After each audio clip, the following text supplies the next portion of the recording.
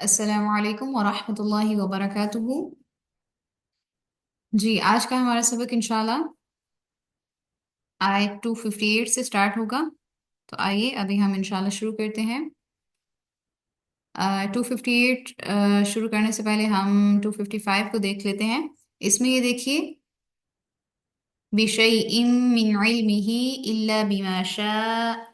यहाँ पर जब हम वक्फा करेंगे तो वक्फन इसकी चार वजूह बनेगी, तीन हिशाम के लिए और चौथी वजह आएगी इब्न ज़कवान की इमाला की। ठीक है, हिशाम की तीन वजूह आएंगी, वक्फन, इब्दाल माल कसर, तवस्सुत और तूल। ठीक है, फिर इसी तरह इब्न ज़कवान चौथे नंबर पर आएंगे इमाला के साथ। और अगर हम वसलन इसको पढ़ेंगे तो वसलन हिशाम फतह ही पढ़ेंगे और इब्न ज़कवान का इमाला हम करेंगे। ठीक है, वसलन वक्फन। लेकिन वसलन हिशाम की कोई वजह नहीं आएगी सिवाय फतह के। चले, आज का हमारा सबक इंशाल्लाह 58 से स्टार्ट होगा। तो यहाँ पर देखें, इब्राहीम का इख्तिलाफ है और इससे अल्हम्दुलिल्लाह आप सब लोग बखूबी वाकिफ हैं। इब्न आमिर शामी पढ़ते हैं इब्राहामा। ठीक है, और फिर इसी तरह जहां पर भी इब्राहिम आएगा तो इब्न आमिर शामी और इब्न ज़कवान दो वजू के साथ पढ़ते हैं। इब्न आमिर शामी पढ़ेंगे इब्राहामा,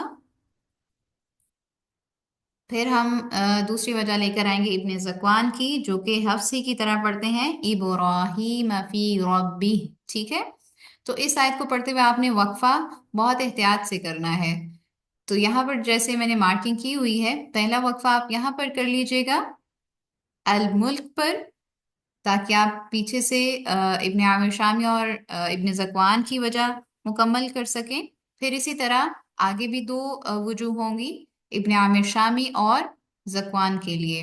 फिर थर्ड पार्ट में देखिए, यहाँ पर भी दो ही वजूह आएंगी इब्न आमिर शामी और इब्न ज़कवान के लिए। तो इंशाल्लाह आपने जब इस आयत को पढ़ना है तो बहुत एहतियात से वक्फा करना है, चूंकि यहाँ पर इब्न ज़कवान की दो वजूह हैं। ठीक है, फिर आगे चलते हैं। आयत 259, इसमें देखिए क़ाल कम लबित्त।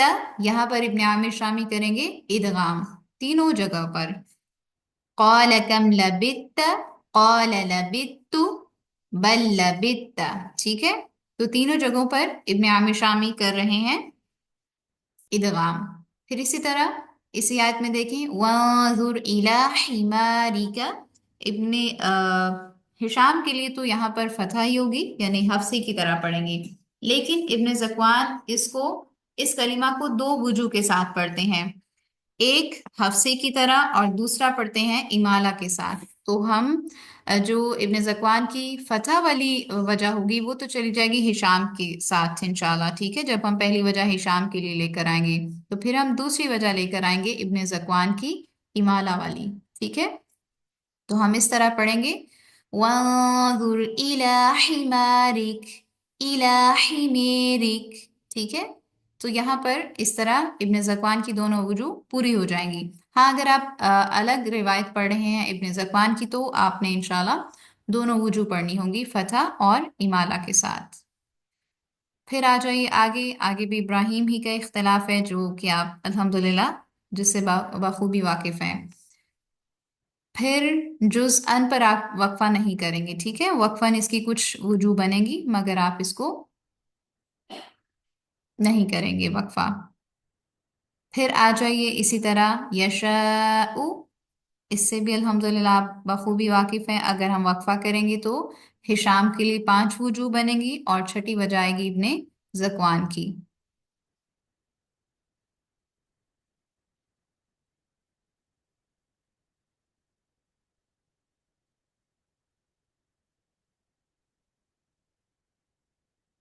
अच्छा, फिर इसमें देखें वल्लाहु युज़ाइफु, इससे भी अल्हम्दुलिल्लाह आप वाकिफ हैं। युज़ाइफु की जगह इब्न आमिर शामी क्या पढ़ेंगे वल्लाहु युज़ाइफु लिमन यशाउ वल्लाह। ठीक है,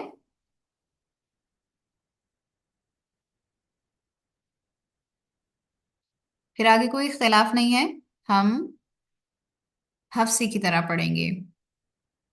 اور اسی طرح اگلی آیات میں بھی کوئی اختلاف نہیں ہے. 68 اور 69 میں دیکھیں دونوں جگہ پر بالفحشاء، اسی طرح یشاء، دونوں جگہ پر اگر ہم وقفہ کریں گے تو ہشام کی وہی 5 وجوہ آئیں گی حمزہ والی، اور ابن زکوان کی چھٹی وجہ آئے گی، ٹھیک ہے، حفص کی طرح جو پڑھتے ہیں. اور اگر آپ وصلن پڑھیں گے تو پھر کوئی بھی اختلاف نہیں رہے گا.